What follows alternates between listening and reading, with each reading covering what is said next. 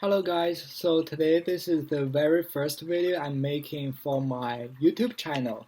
So very boringly, I named this channel as the Sinophone studies and the comparative literature studies.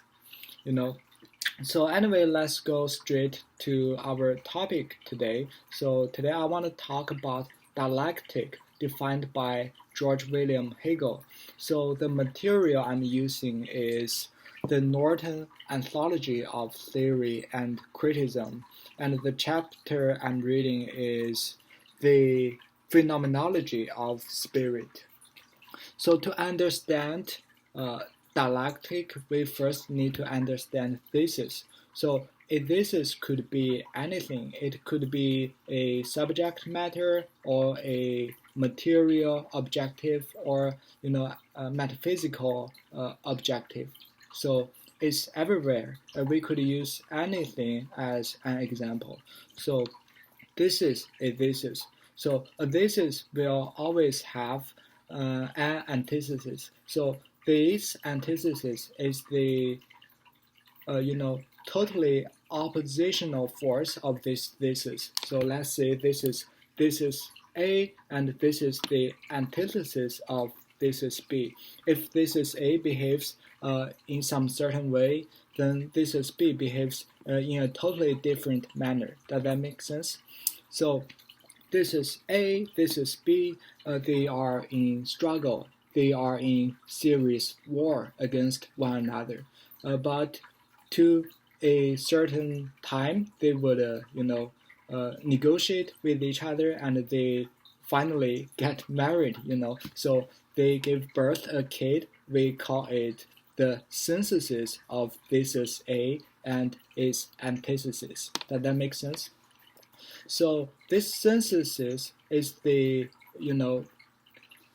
composition of this is A and this is B. So this synthesis does not live in peace for good, because this synthesis will always have another antithesis. Let's say this is C and this is D. This is D is the antithesis of this is C.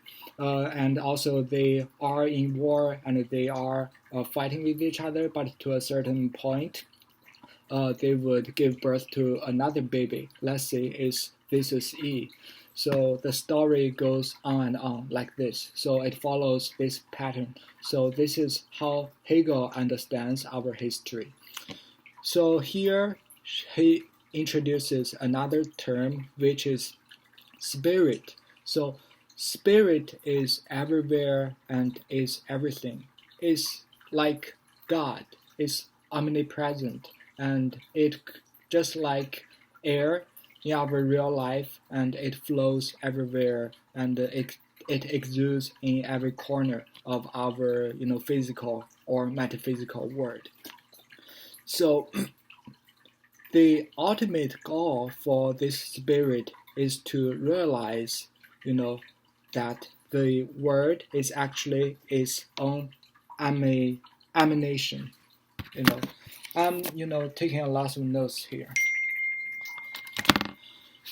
So the spirit will finally come to a conclusion that I am you, you are me, he is she is her, and we are us, and everything is interconnected and intricately connected with one another, right? So this is Hegel's ideal understanding of history, but he also introduces us to a more realistic picture, which is the self and others, and the extreme pattern of this self and others, which is the dialectic of master and slaves. So itself is obviously myself, yourself, himself, themselves, right? So self cannot live alone, and they need to be recognized from others. So they extend their self to others, and they ask others recognition of this self, right? So a self can only be defined through others' words, and a self can only be perceived through others' lens, right? But this recognition is very questionable because, through recognition from others, a self cannot, fully immerse in the procedure of recognizing itself because it only draws, recognition from others, right? So in this process, a self will lose itself.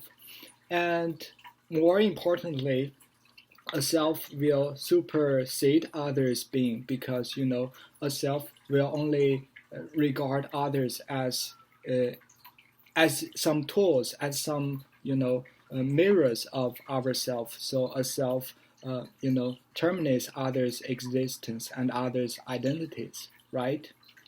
So if we, push this to an extreme and we apply this pattern to some, extreme situation, here comes master and slaves situation. So a master gains recognition from his or her slaves, right? And he gains other recognition without paying any debt to others, without giving any recognition to others. And those others are, his or her slaves, right? And slaves, they lost their identity in the beginning because, they are dependent upon his or her, their master 100%, right? So they lost their identity from the beginning. But this is not the full story. Let me explain it a little bit. But the master finds this recognition is very, very hollow. Why? Because they get recognition only from someone who's lower in their social status and lower in their wealth and identity, right? So they would, doubt this recognition because, let's say, if I'm a president, then I want others' president's recognition, but I don't want a dog's or a bird's recognition, right? So I find this recognition from my slaves is very, very hollow, right?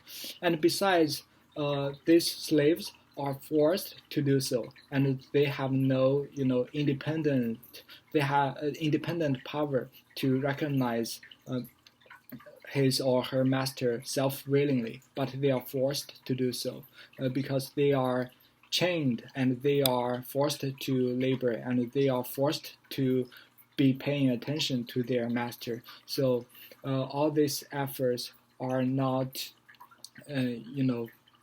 self-willingly, and they are mandatory to pay attention to their masters, right? And at some point, the laborers, those slaves, find their recognition by their own. Why? Because master assigned them all kinds of missions, right? So they are in direct contact with the external world. So they work very hardly and they get to the external very genuinely. So they find themselves actually are in contact with the external world. So if we use this dialectic pattern, they find, some antithesis of this word. So through encountering antithesis, they find themselves, right? So the slaves gain their independent recognition without, the master's recognition because they are in labor, right? But the master will ultimately lose his or her identity. I think Hegel is very great. By the way, this is my, self-explaining. I think Hegel is very great because we can apply this pattern to our actual happenings, and also we can, just metaphysically research on it without paying attention to the surroundings, right? And also, if we use this pattern to understand the world, we will see some more brighter picture, I would say. Well, let's say if I have a fight with others, then I would recognize I actually want his or her recognition without paying my attention to him or her, right? So, and Hegel explores, our darker sides. That's all. Thank you for listening.